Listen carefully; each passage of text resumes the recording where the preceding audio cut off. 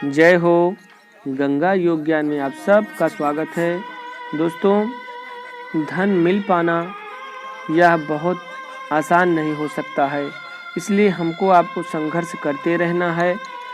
बहुत ज़्यादा इसमें समय न दे करके जो भी समय आपके पास फालतू का बचता है, आप इधर उधर घूमते हैं, वहाँ न घूम करके इस कार्य में अवश्य मन लगाएं, ताकि उस माँ लक्ष्मी की कृपा हमारे आपके ऊपर कब हो जाए और कब हमें धन मिल जाए, कब हमारी आपकी किस्मत के ताले खुल जाएं, यह कोई नहीं जानता है।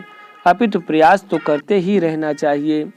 आइए, आज हम आपको जो भी प्रयोग बताने चल रहे हैं और जो भी अभी तक बताया है, उस प्रयोग में थोड़ा सा अंतर यह रहेगा कि बहुत सारे भैया कहते हैं कि आप कहाँ से बताते हैं, यह कौन सा ग्रंथ है, कहाँ से बताते हैं, यह नहीं आप बताते कभी। तो भैया, यह धन जो हम आपको बता रहे हैं, धन निकालने की प्रक्रिया बता रहे हैं, यह बहुत ही गूढ़ रहस्य से हमने इस शास्त्र को निकाल करके आप सबके सामने प्रस्तुत किया है। इस शास्त्र में जो भी बातें लिखी गई हैं, मैं उसे भरसक बताने का प्रयास कर रहा हूँ। लेकिन भैया, आप सब लोग हमें ये पूछते हैं, यह कौन सी पुस्तक है, कौन सी पुस्तक से बताया गया है। तो धन प्रदीप नामक पुस्तक से बताई गई है भैया। इसके लेखक रणधीर प्रकाश जी हैं, जो हरिद्वार के हैं। ये दृष्टांत दे करके संस्कृत में भी बताया गया है। इसलिए आज से जो भी बातें हम आप सबके सामने रखेंगे, वह एकदम आपको 100% आप पर विश्वास आने वाली हो। इसलिए इसमें संस्कृत में भी बहुत सारी बातें लिखी गई हैं। संस्कृत में ना बता पाना यह मजबूरी भी थी, और लोगों को संस्कृत में जान पाना भी बहुत मजबूरी थी, क्योंकि सब लोग संस्कृत की स्थिति को नहीं जान सकते हैं। संस्कृत भाषा में अगर बताया जाए तो नहीं, उसका अर्थ नहीं जान सकते हैं, इसलिए संस्कृत में नहीं बताया जा रहा था। लेकिन किसी पृष्ठ पर और कोई भैया ने ये कहा है कि नहीं, आप संस्कृत में बता करके बताइए उसमें क्या लिखा गया है। और हिंदी में तो आप अपने मन से भी बता देते हैं। संस्कृत में अगर भैया जिसको बताना है वह संस्कृत में भी बताएगा, वो भी अपने मन से बता सकता है संस्कृत से भी।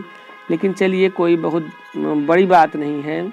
हम प्रयास करते हैं कि आपको संस्कृत के श्लोक के माध्यम से जो भी रीति लिखी गई है, जो भी प्रयोग लिखे गए हैं, उसको हम आप सबके समक्ष प्रस्तुत करें और आप सब उससे संतुष्ट होंगे, यह पूर्ण विश्वास और आशा है। जहाँ कुंभील का मतलब होता है नाक। गोहटा आप लोग जानते हैं, उसे नाक कहते हैं। मगर, बैल अथवा सांड की चलती हुई आकृति बनी, अगर इन सब की आकृति बनी हो तो उसके पेट में तथा उसके नीचे 10,000 नग का धन अवश्य प्राप्त होता है। इसमें कोई दो राय नहीं है।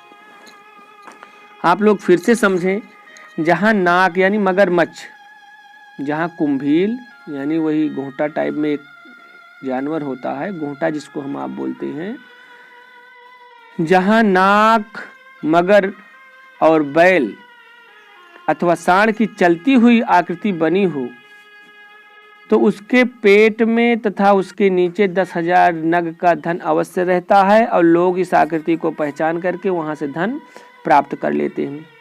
यह आकृति जमीन में भी बनी हो सकती है, दीवार पे भी बनी हो सकती है, और पेड़ पर भी बनी हो सकती है।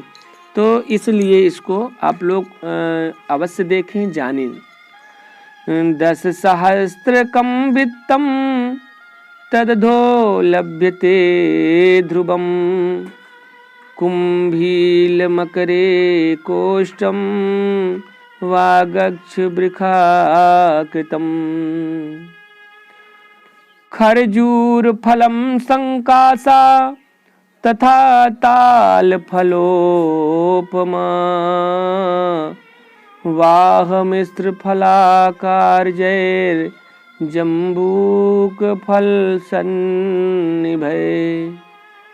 जहाँ वृक्ष में खजूर का फल और ताड़ का वृक्ष के फल के समान तथा वाह मिश्र फल के आकार का जामुन के वृक्ष के फल के बराबर यदि आपको कहीं फल दिखाई दे, तो अवश्य उस वृक्ष के नीचे यह जान लेना चाहिए कि यहाँ पर धन अवश्य है। अच्छा, जिस पेड़ में, ये भी आप लोग ध्यान करें कि जिस आम के पेड़ में या महुआ के पेड़ में, जिस भी पेड़ में जामुन जो फल होता है, जामुन का फल जो होता है, वहाँ उड़द के दाने के समान, जैसे उड़द का दाना होता है, आप लोग ने देखा होगा कि काला होता है लेकिन बीच में थोड़ा सा सफ़ेद होता है। जहाँ उड़द के दाने के समान शाखा हो तो उसके नीचे अवश्य धन होता है, या भूमि पर होने वाले आकाशीय संबंधी लक्षण आपको बतलाए जा रहे हैं।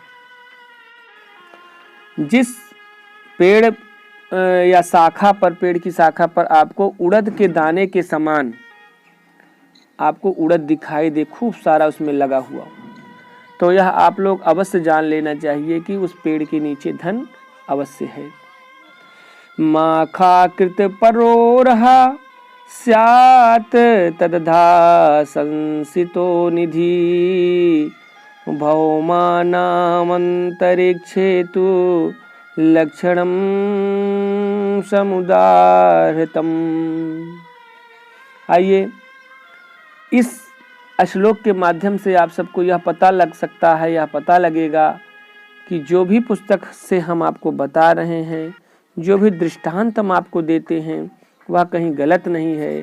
अगर थोड़ा सा प्रयोग कर लिया गया तो धन मिलने में कोई बहुत बड़ी बात नहीं। दोस्तों, रही मेरी बात, आप लोग जानना चाहते हैं कि क्या मुझे आज दिन तक कहीं धन मिला है कि नहीं मिला है, तो भैया हम तो चैनल बना रहे हैं, हम तो झूठ भी बोल सकते हैं कि हाँ मिला है, लेकिन अंतरात्मा की आवाज़ से हम आपसे कहते हैं, क्योंकि आप लोग हमारे घर के हो और एक परिवार के सदस्य हो, तो आपको यह पूछने का बिल्कुल हक है, बराबर है। यदि आपको विश्वास हो तो बता दूंगा मैं आपको, लेकिन अगले वीडियो में आपको ज़रूर बताऊंगा। तब तक आपसे लेता हूं विदा। जय हो।